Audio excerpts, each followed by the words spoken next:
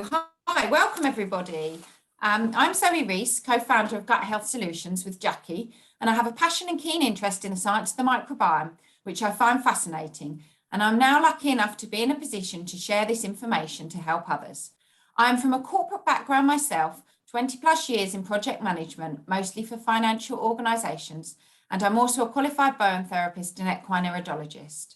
Over the last few years, I've coached many clients through our Gut Reset programme, count myself as extremely lucky to be able to be part of helping people to change their lives, feel better, and in many cases, dramatically improve their health through resetting the gut microbiome.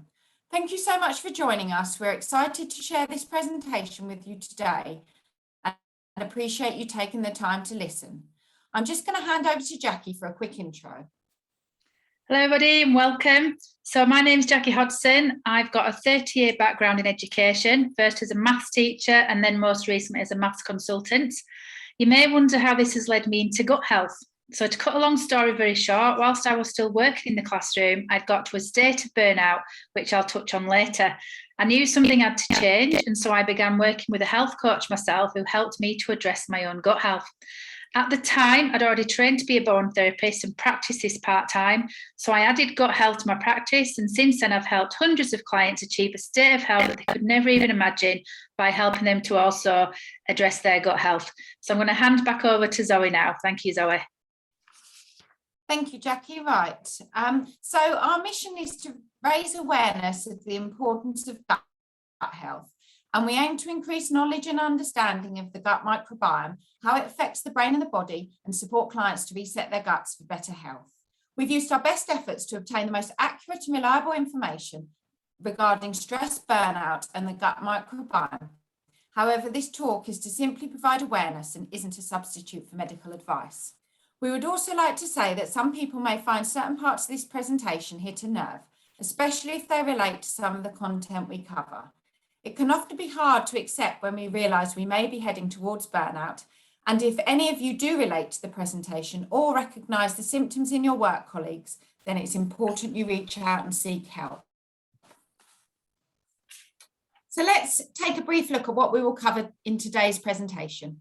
So firstly, we'll look at burnout. What is burnout? How to spot the early signs and symptoms, and we'll take a deep dive into these symptoms and how they affect our health, work, and home life. We will explore how burnout is heavily linked to the health of our gut microbiome. And finally, we will give you some strategies on how to avoid and manage burnout. I'm just going to hand back to Jackie for the first part of the presentation, and then I will be finishing up with the second half. Thanks, Jackie. Thank you, Zoe. So we're going to start off by looking at what is burnout. And I thought to start off, we'd have a look and see what the media is saying about it. All right, tonight we're taking a closer look at what's being called the Great Resignation. 4.3 million Americans quit their jobs in August alone. That's actually a record. The biggest reason? Burnout. The millennial generation has been stereotyped at times by some people as maybe lazy or perhaps entitled, but one BuzzFeed reporter disagrees with that. She is calling millennials the burnout generation, with the stress caused by several factors like anxiety, work ethic, and even childhood. Burnout and mental health are another component. According to one survey, work weeks have become even more embedded in business culture, and the boundary between work and personal life has shrunk. More than 40% of workers at large U.S. companies said they had difficulty setting work and personal life boundaries, and almost 45% said they felt pressure to be reachable at all times. There were lots of reports that burnout was at all-time highs for individuals, and burnout is a pretty clear predictor of people quitting their job. Overworked and overwhelmed, burnout is one of the leading mental health issues among workers today, experts say. Burnout is someone who wants to do a good job, is capable of doing a good job, but there's a system that prevents them from doing it, and then they get exhausted. Then they give up. How important is it to have someone in your role be able to talk about the importance of mental health and mental well-being? Workplaces tend to reward overworking and the strength of being tough. But now we know, sharing your experience with mental health, that's actually what we consider now to be tough, right? So it's okay to not be okay. So let's have a look at a few definitions. So the term burnout was coined in the 1970s by the American psychologist Herbert Freudenberger. He attributed it to the consequences of severe stress in helping professionals.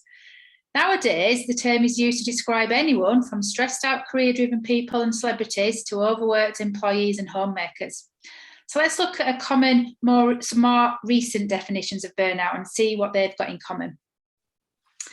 So a UK charity called Mental Health UK describe it as a state of physical and emotional exhaustion. It can occur when you experience long-term stress in your job or when you've worked in a physically or emotionally draining role for a long time. In May 2019, the World Health Organization defined burnout specifically as energy depletion or exhaustion, increased mental distance from job, negativism and cynicism, or reduced professional efficacy. Now let's look at some facts on burnout. A study in the Canadian Institute of Health Research concluded that there's a gender difference in the association between age and burnout. They found that age is associated with lower burnout for men, while women report higher burnout levels between the ages of 20 and 35 and after 55 years of age. But obviously burnout can occur at any age. So some more statistics. Mental Health UK claim that 46% of UK workers feel more prone to extreme levels of stress compared with a year ago, while only 15% feel less prone to extreme levels of stress. They also found that gender and age play a role in the prevalence, with women and young people reporting feeling more prone to extreme stress and pressures at work. Researchers from the Aragon Institute of Health Science in Spain determined that those who work for more than 40 hours a week are 6 times as likely as those who do not to develop burnout. And I had a bit of a shock last night when I worked out how many hours a week I was working. I was working at least a 100-hour week. So let's take a brief look at these differences between stress and burnout and how one leads to the other. Now, a recent NHS article discussed the differences between stress and burnout and explained clearly how stress is the impact of too much and burnout is a feeling of not enough. And this slide explains it. So you can see here that stress is too many demands, too many changes, too much to do, and too many decisions to make. And chronic stress has the potential of depleting your energy, undermining your belief in your own abilities and efficacy, and can lead to burnout. And we can see here then that burnout, on the other hand, is the feeling that there's not enough time, not enough energy, not enough enthusiasm, not enough ability, and not enough inner resource. And it's commonly described as being emotionally drained, feeling empty, or just not being able to be myself anymore. And so long-term stress inevitably leads to burnout, and it's important to see the signs. The higher the level of stress experienced and the longer the person is stressed, the greater the risk of burnout. So what I'd like you to do now is to drop in the chat box what signs or symptoms you think people might exhibit when suffering from burnout. Yep, I can see somebody's put there stress. Yep, stress is definitely a big one. Low energy, yeah. Eating poorly, yeah, that's another one. Yeah, not wanting to go out. Yeah. Yeah, brilliant. Thank you. So what I'd like you to do now is to ask yourself, do you drag yourself to work and have trouble getting started?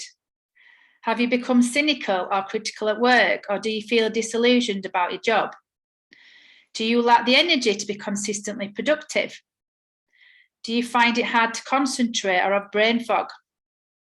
Have you become irritable or impatient with co-workers, customers, or clients? Do you lack satisfaction from your achievements?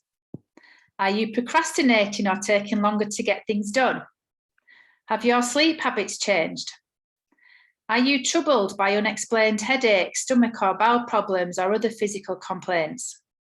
Are you feeling helpless, trapped or defeated, detached or alone in the world? Do you have self-doubt or feeling overwhelmed? Do you have low mood or anxiety? Maybe you're using food, drugs or alcohol to feel better or simply not to feel. And what about your work-life balance? So I just want you to take a moment now to have a look at the list in front of you and just tot up how many of those you are either experiencing currently or you've experienced in the past.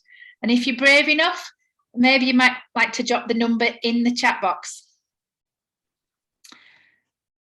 So let's have a look. We've got a couple of 3s there, 5. Oh, we've got a 10, 13.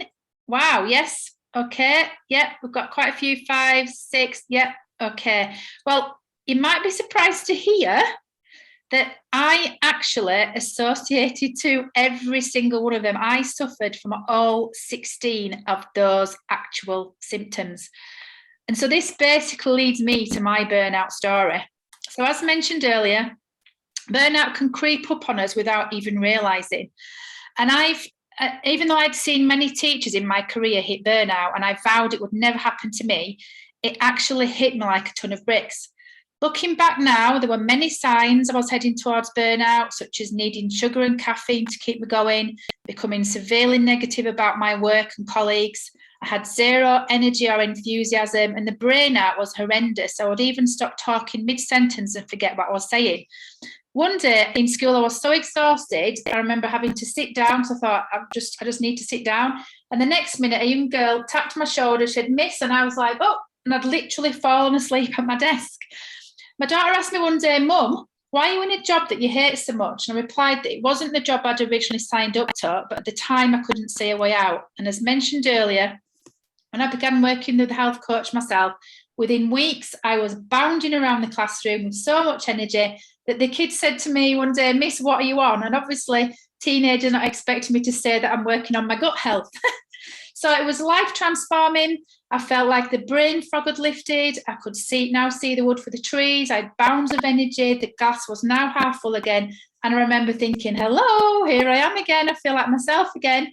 So let's now have a look at some of the stages of burnout. So there's 3 main stages of burnout. There's mild, moderate, and severe. With mild symptoms of burnout, you might find yourself stressed about a work project or an exam. You might feel anxious about a presentation or lazy and unmotivated. These feelings could arise from procrastination or minor overworking, resulting in unpreparedness that might cause you further stress, anxiety, or fatigue. If your burnout slowly worsens, you'll notice that your stress and anxiety levels will increase substantially. This will cause more fatigue and less productivity. You might even begin to notice changes in your physical health, like weight gain or weight loss or overall appearance. This can further strengthen your inability to complete assignments and projects correctly on time. Severe symptoms of burnout include all the problems previously mentioned, but at extremely high levels. Stress, anxiety, fatigue, physical health, laziness, procrastination, and failure to get your job done will all increase to overarching heights. If this is not managed properly, you'll fall into even worse states that could lead to other health problems for your mind and body. Now let's look in more detail on how to spot these signs and symptoms in ourselves and our colleagues. Now, these signs don't necessarily mean that people will stop working. In fact, research shows that burnout can be evidenced in absenteeism, but also presenteeism and workaholism. Now, we all know what absenteeism is, but have we actually considered presenteeism? We're talking about those members of staff who may turn up to work every day, but are not fully present in their jobs. They may be exhausted, emotionally drained, and often barely functioning. And this is what I felt like I was just dragging myself to work every day and barely functioning. Presenteeism can cost organisations more money than staff absence. At least if a member of staff is absent, organisations can get cover for them. But when they're present at work and not working to their full capacity, then it's costing the organisation money. So the staff members may be in a vicious cycle, trying to improve their professional efficacy, but unable to do it. Now let's look at cynicism and distancing ourselves. We may fall into the trap of not socialising anymore. We may opt to stay at our desk instead of going to the staff room or out for coffee or lunch. And of course, it's easy to do that now that many of us are working from home part of the time, and we can distance ourselves even more. We may find little traits like choosing to stay at home rather than meeting up with friends. Maybe we start doing online shopping instead of going out to the supermarket. And people don't just distance themselves from work, it can spill out into their whole lives. Another part of cynicism is having a negative outlook rather than a positive. It's that feeling that the glass is always half empty and not half full. We're struggling to find the positive in any situation. You may even notice that friends or work colleagues become distant from you as your outlook starts to zap their energy. If a colleague is showing or expressing cynicism and negative attitudes towards their work or the work environment in general, it may be accompanied by frustration, avoidance, distraction, and disengagement. Burnout is the opposite of engagement. Colleagues may be in denial about their situation or be reluctant to accept any plans that can improve it. Now, there's many possible causes and reasons for brain fog, but it's a very common symptom of burnout. We all suffer from brain fog from time to time. Now, drop in the chat box if, like me, you've ever walked into a room and forgot what you went there for. Yeah, there's quite a few of you saying yes, you've done that. Now, little incidences like this can be laughed off, but when they become the norm, when we forget words for things, when we get halfway through a sentence and can't remember what we were talking about, when we can't think straight, we struggle to concentrate, and sometimes we can't even remember what someone's just told us, then we're suffering the signs of brain fog and impaired cognition.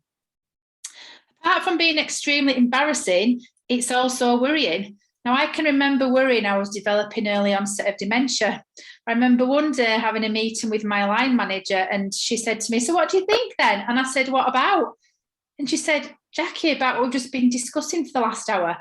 And seriously, I could not remember the conversation. No matter how hard I tried, I couldn't get it back in my mind. And so we will touch on gut-brain connection later in the talk. So irritability and in being impatient. Are you being snappy at your family or colleagues? Not having the patience you used to have and swearing or shouting at your laptop? Other examples are road rage. I remember my mum once saying to me, "For goodness sake, Jackie, what the heck's got into you?" Because I was acting totally irrational about a guy that had just pulled out in front of me. You may notice little things that start to really bother you like they never did before, like the sound of somebody chewing. I remember my mum sits there and swings a foot, and that really, really started to irritate me. And the key to all these is that we act irrationally or don't have patience for silly little things that would never have bothered us before. So now let's think about procrastination. Put in the chat box if any of you, like me, find jobs to do in the house to put off doing something. So like, what are your avoidance tactics? If you've got a deadline you need to reach, what are your avoidance tactics? Got somebody there that said washing the car, washing my hair, doing the gardening. Oh, somebody's even put cleaning the cooker. Don't know if I'd be that desperate. Yes, we've got quite a few people there that have got avoidance tactics. Now, people heading towards burnout may start to procrastinate about things they never used to. They may have previously been very decisive and action-orientated, but now feel as though they don't have the confidence to make those decisions and end up becoming confused about which direction to turn. It often results in nothing getting done or failing to meet deadlines. This in itself can cause us more stress and add to the burden of burnout. Let's look at some more signs and symptoms. Examples of these are exhibiting nervous habits such as avoiding certain people or places. A person might feel disengaged, they might have feelings of hopelessness and helplessness. In some cases, they may even feel like that life's not worth living. You may previously have been a very confident person, for example, and find self-doubt and maybe imposter syndrome starting to creep in. You may feel like everyone is against you, that you have nobody to talk to. As previously mentioned, you stop socialising with family and friends. It becomes easier to stay indoors in your pyjamas all day than getting showered and dressed and meeting friends for a coffee or going out for meals, and just basically avoiding social contact. Now, the next one is overwhelm, and you may think this speaks for itself, but let's elaborate a little bit more. Being overwhelmed can creep up on us gradually without realising it's happening. And as we mentioned previously, burnout is when we don't have enough time, enough energy, enough enthusiasm, ability, inner resource, and you may feel like everything is coming at you from all directions, making it difficult for you to cope. I remember feeling like I'd got enough to cope with my own stuff, but when a family member came and wanted to come and talk to me about something, I had to tell her to stop because I just couldn't give her my time or energy because I just completely, I was just full, couldn't do anything else. So let's have a look at things that could contribute to burnout. So we've got the kids, you know, collecting them from school, taking them to the clubs, homeworks and so on. Pets, just having time to take your dog for a walk. There's a household cleaning. You might be studying for an exam, cooking the household meals. You might have elderly parents. Of course, you've got to go to work and manage all your work demands. You might need to keep up to the garden, you know, just mowing the lawn. Shopping, you know, the weekly shop for the family, just household chores might start building up, like ironing or just household jobs that need doing in general. And then socialising and exercising might just end up going out the window because you just don't have time for things like that. And this feeling of overwhelm has increased over the last couple of decades with modern families where parents are both now working, because obviously traditionally in the past, the husband was the one that would go out to work and the wife would be the one with the stay at home and be the homemaker. But now the lines are getting blurred and everybody's doing a bit of everything. Now, every one of us suffers from insomnia at some point in our lives. It could be triggered by stressful periods in our careers or personal crisis, fear of an upcoming event or worrying about finances that may keep us awake and restless. Feelings of guilt or grief are another culprit. Whatever the reason that keeps you tossing and turning, you may know how it feels to drag yourself out of bed in the morning, that you're just completely zapped of energy. Your body aches, your brain's foggy, you feel irritable and grumpy. It's going to affect your whole day and not for the better. For some people, insomnia is a chronic issue, and for others, it comes and goes sometimes. Whilst for most people, insomnia may be closely related to the quality or length of sleeping hours, sleep deprivation can really take its toll on our mind and physical health. So let me just ask you a few questions to mull over. Do you notice yourself tired or sluggish during the day, especially after eating, or maybe finding it hard to concentrate? Do you sometimes wake up with an achy body, foggy brain, and an underlying feeling of irritability? And here are some reasons burnout occurs as a result of sleep deprivation or oversleeping. So staying up or sleeping in too late can be major causes of mental health problems. Just because your body may not feel tired does not mean your brain is not tired either. Sleep deprivation can lead to severe fatigue, which will not benefit your productivity while you are awake. On the other hand, oversleeping can cause laziness and procrastination just as much as any anxiety-inducing event. It can be all too easy to stay up late, binge watching your favourite television show. You want to get that one final episode in, but the only problem is that one episode might lead to 7 more episodes, causing you not to get the sleep that your body needs. Now, food plays another major role in how we feel. Have you got into the trap of not being bothered to make healthy food or reaching for a microwave meal? Everything that we eat or drink goes through our gut, and it's our gut health that plays a huge part in how our body responds to stress and burnout. Stress and burnout can lead to low immunity and to a low immune system where you're constantly feeling run down. Perhaps you're always picking up colds and bugs and in general feeling under par.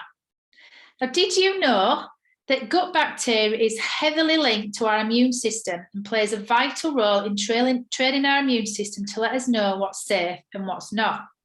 So can you just quickly drop in the chat box, what percentage of your immune system do you think is housed in the gut?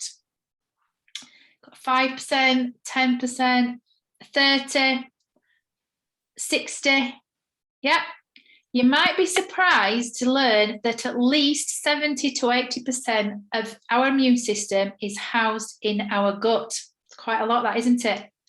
So therefore, if you have an immune system that's not acting at its best, it's best to address the gut microbiome to lessen the risk of stress and burnout and also in the long term, conditions and diseases.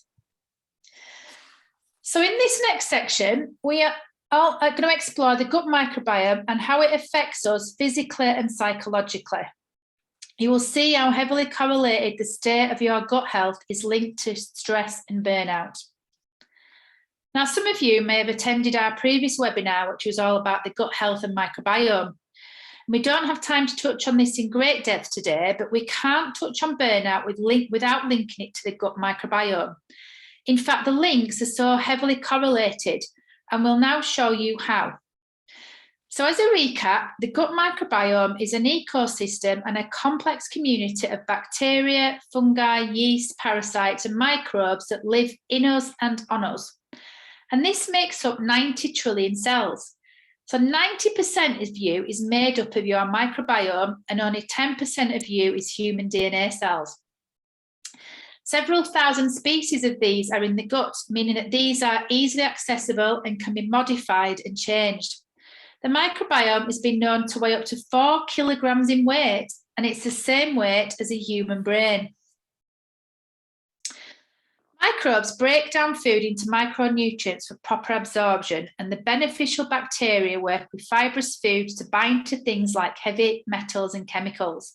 They maintain the integrity of the gut wall and are responsible for synthesizing some types of vitamins and nutrients.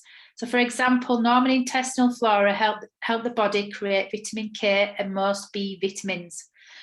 We'll look later at what foods are good for our gut, but suffice to say, if the bad bacteria in the gut just love to feed on sugary processed foods, and this is exactly what they need to multiply in numbers. Now, our gut microbiome is made up of different types of bacteria. We've got symbionts, which are the good guys, and pathobionts, which are the bad guys. And it's important to have the right balance between the two. We actually need to have both, but in the right quantities. So optimally, we should have about 85% of the good guys and about 15% of the bad guys. And if we have them in the wrong ratio, then we experience gut dysbiosis or an imbalance, which can lead to health issues. As our gut is so heavily linked to stress and burnout, it's important to cover the aspects of our lives that can help contribute to an imbalance in our gut microbes. So here we've got the way that we're born, cleaning products, medication, alcohol, smoking, the environment, lack of exercise, processed foods, stress, even what farming methods, so pesticides, fungicides, insecticides, herbicides, and so on, all affect our microbiome. And our lifestyle has a major part to play. This is the kind of positive imagery we see a lot today of entrepreneurs and office people working in completely fulfilling jobs, enjoying their work. But all too often, the reality is very different, with stress, a lack of exercise, and unhealthy snacking leading to many health problems. And this is both mentally and physically. These factors can also contribute to burnout. So let's look at some alarming facts relating to diet and lifestyle.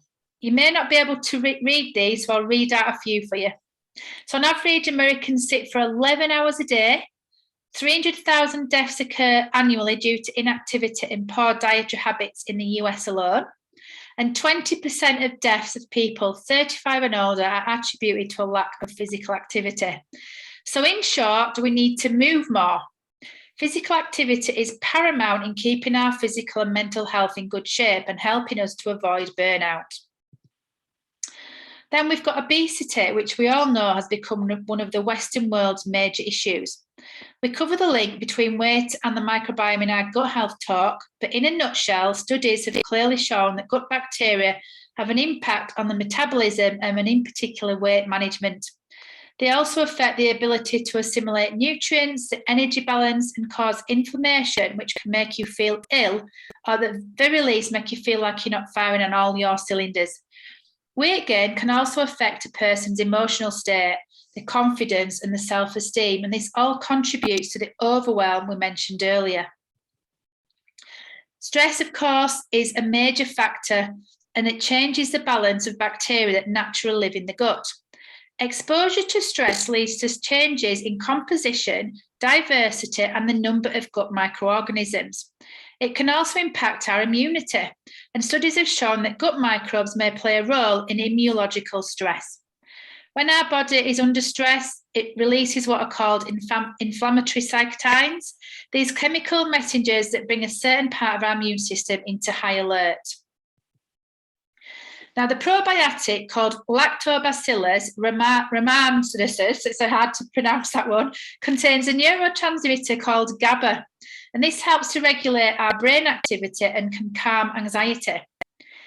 In a TED-Med talk in 2014, Professor Cryan, who is editor of British Journal of Pharmacology, explained that based on the reactions of the mice that consumed this probiotic, researchers concluded the bacteria were affecting their brain chemistry. And you can see here at the bottom of the slide, he was reported to say these pesky little critters might be the master puppeteers of our brain. And he was saying that of microbes, not mice. Now, we all know that processed foods can cause low inflammation.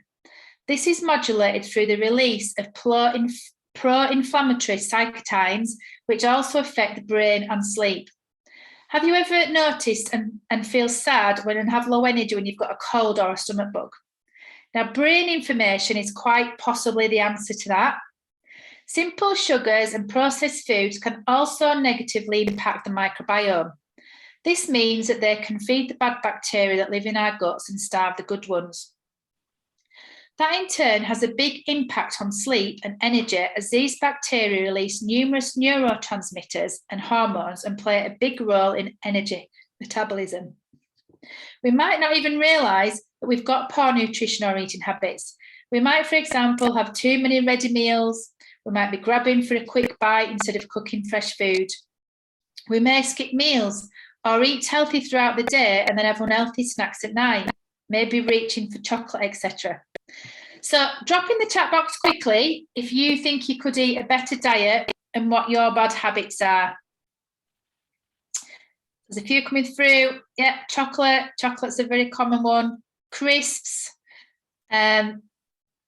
Oh, ice cream. Yeah, that's one for me as well. Pastries. Yes, we've got a few coming through there.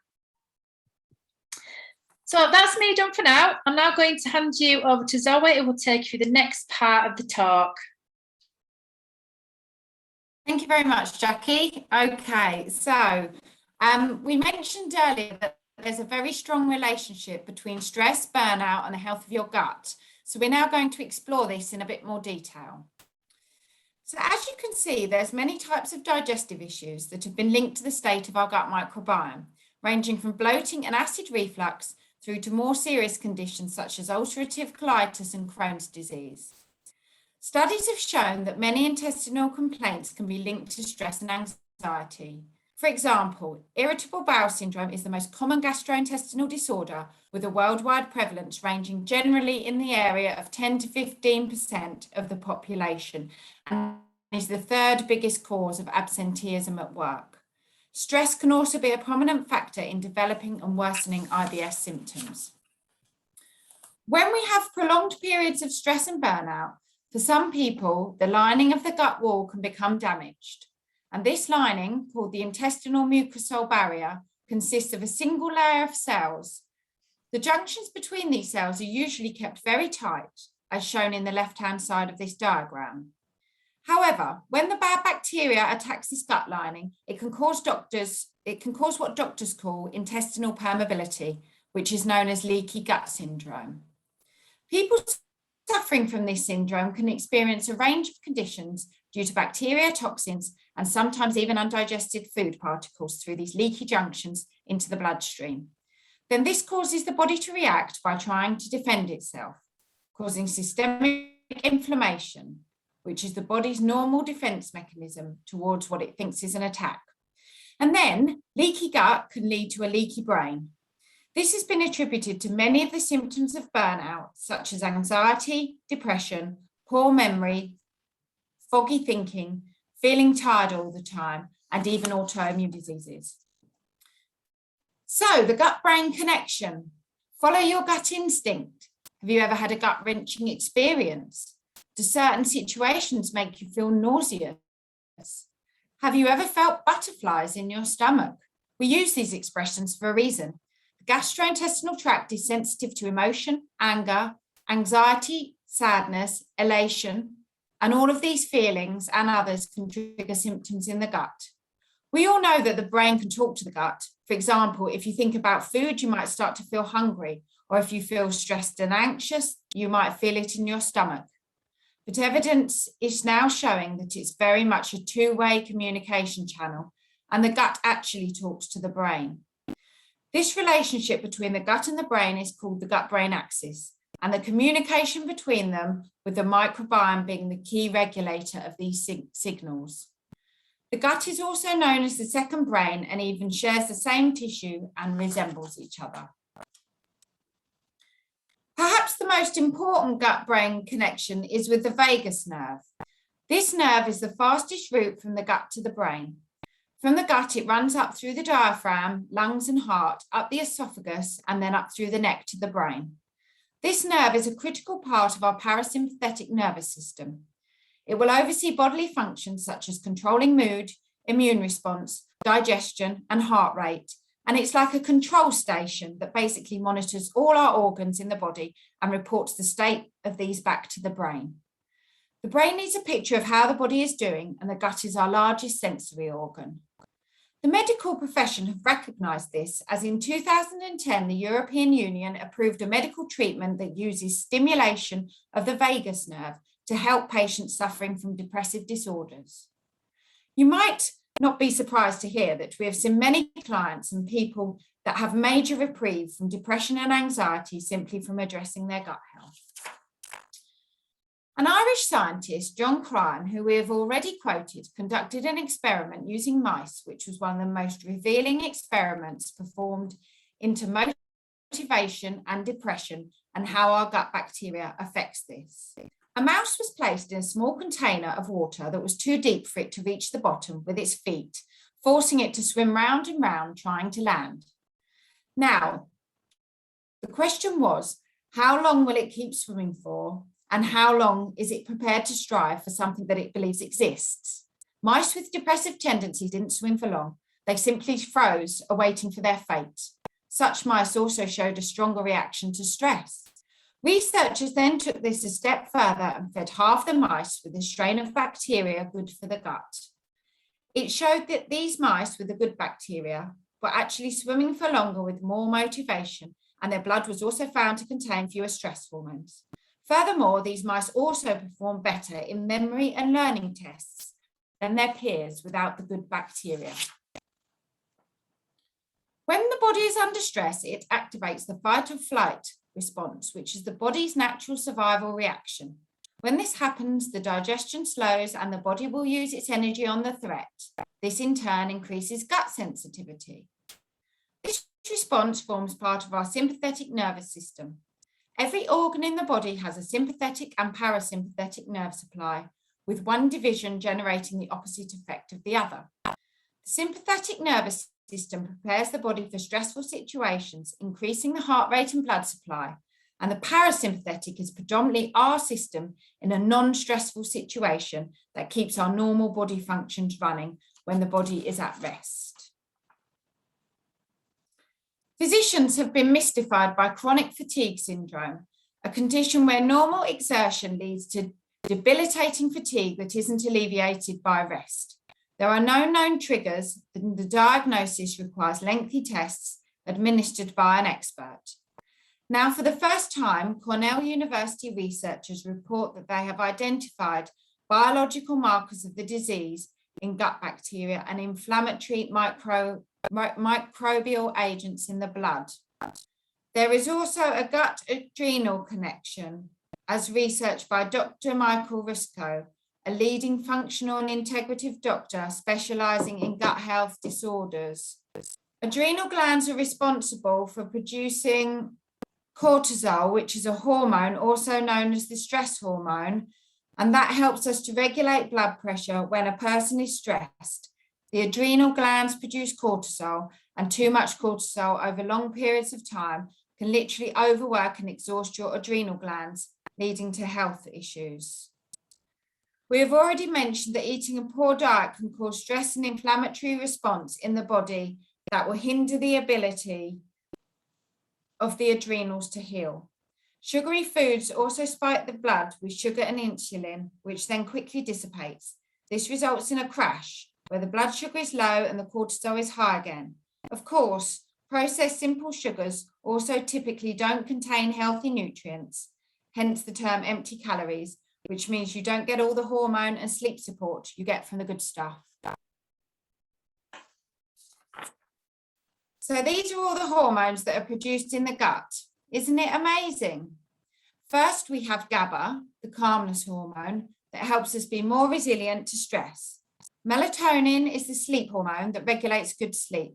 Dopamine and noradrenaline are the hormones responsible for us jumping out of bed in the morning and not reaching the snooze button. They help to keep us motivated and more alert. Oxytocin heightens the self-esteem and helps to heal emotional trauma. You might be surprised to hear that over 90% of serotonin is produced in the gut. The happier our gut, the happier we are. Then we have fertility and menopause, both being linked to the microbiome, along with endometriosis and polycystic ovary syndrome. Cortisol too, which is the stress hormone, as we've just mentioned.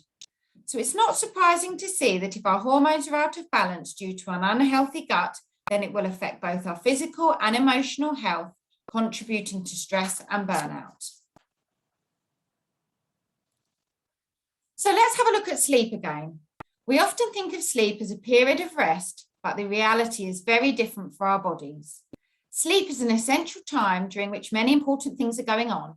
The changes that happen during sleep are really important to our overall health and include slower brain activity, slower breathing, a drop in body temperature, muscle relaxation and paralysis, depending on the sleep stage you're in. Sleep is an important factor to a number of brain functions, including how nerve cells communicate with each other. In fact, your brain and body stay remarkably active while you sleep, and recent findings suggest that sleep plays a housekeeping role that removes toxins from your brain that build up while you are awake. Everyone needs sleep. Sleep affects every type of tissue and system in the body, from the brain, heart and lungs, to metabolism, immune function, mood and disease resistance. We can't emphasize the enough importance of getting sleep. Poor sleep can boost insulin resistance, interrupt hormone levels, and ultimately reduces mental and physical performance. Further lack of sleep will put you at risk of depression and anxiety, but it can also put you at risk of suffering a heart attack, high blood pressure, stroke and diabetes. It can also age you rapidly. Lack of sleep will first affect your physical appearance, leaving you with premature wrinkling and dark circling around your eyes. Over time, chronic sleep deprivation can increase your levels of the stress hormone cortisol, which will break down collagen, reducing your skin's elasticity and making you look twice your age. This actually reminds me of my burnout story, which was quite a different one to Jackie's and didn't involve work at all.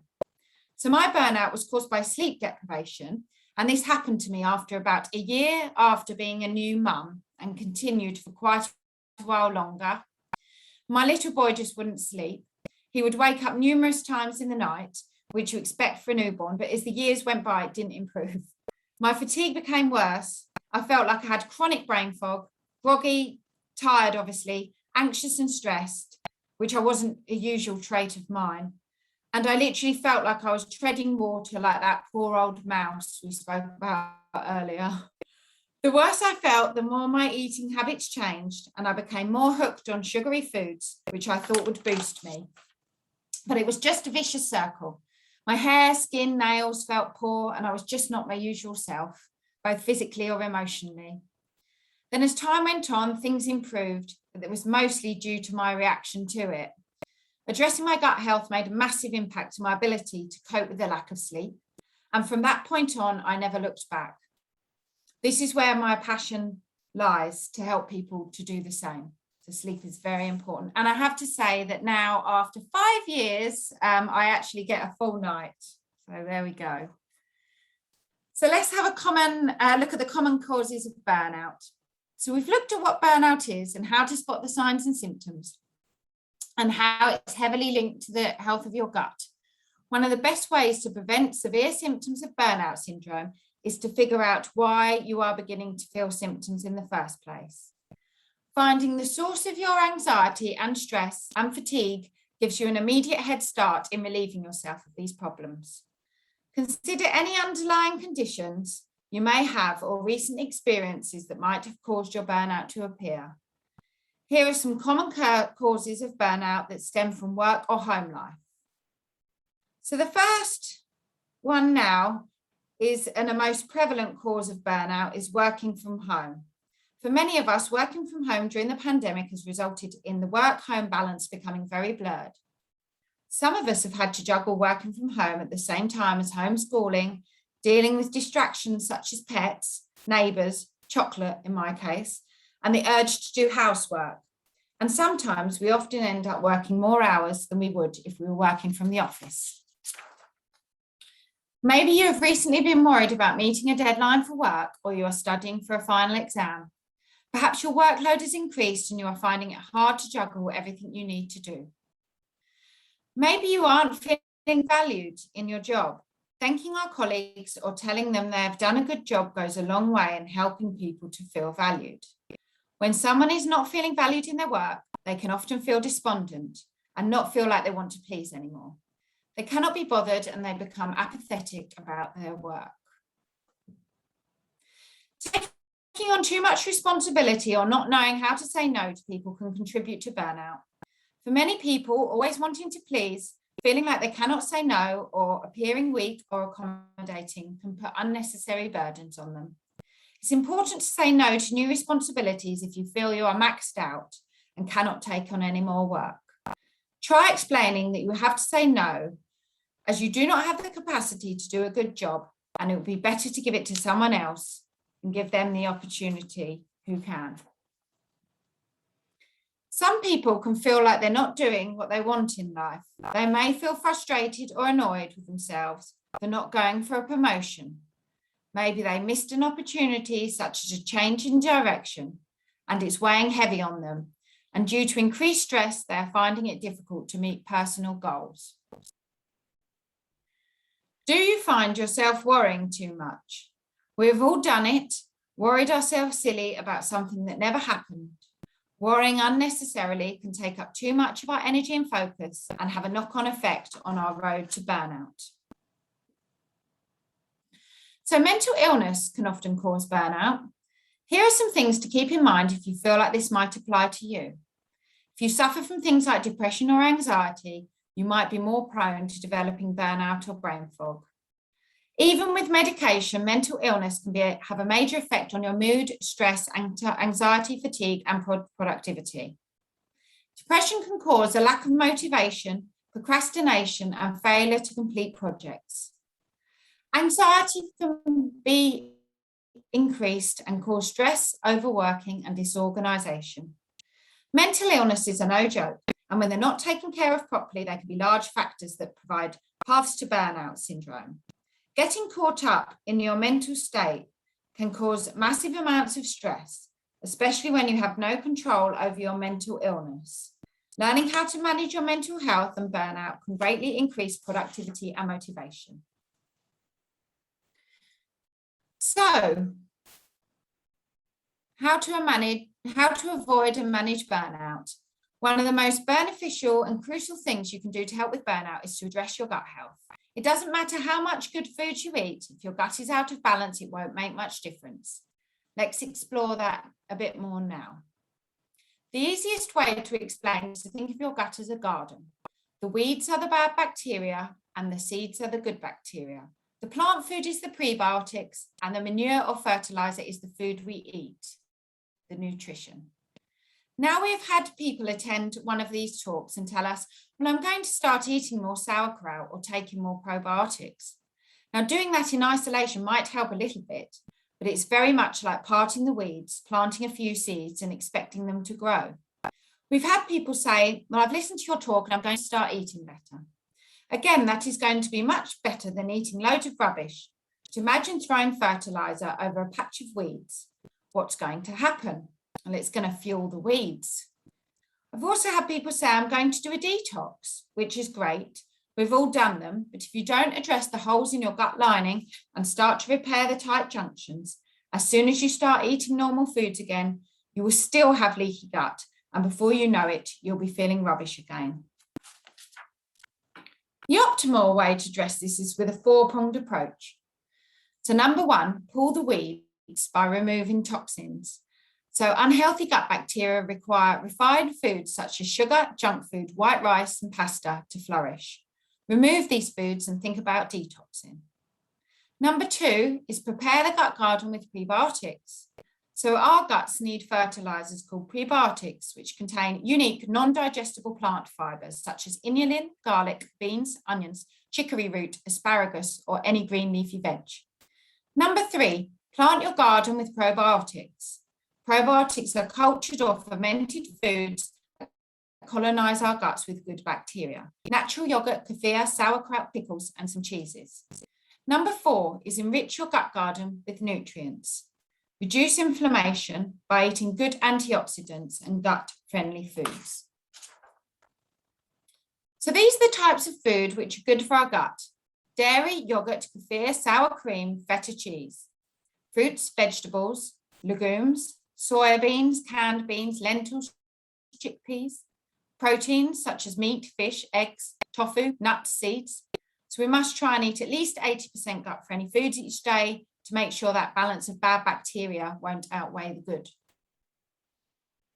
One way to ensure you're getting lots of nutrients from your food each day is to eat the rainbow of different colours. Plants contain different pigments or phytonutrients, which give them their colour. Different coloured plants are linked to higher levels of specific nutrients and health benefits. However, much of our fruit and veg nowadays is depleted in vital minerals due to the mass farming and turnover of soil. Therefore, consider a good quality supplement that will bridge the gap and provide all the vitamins and minerals you need. The modern world is certainly a fast-paced one.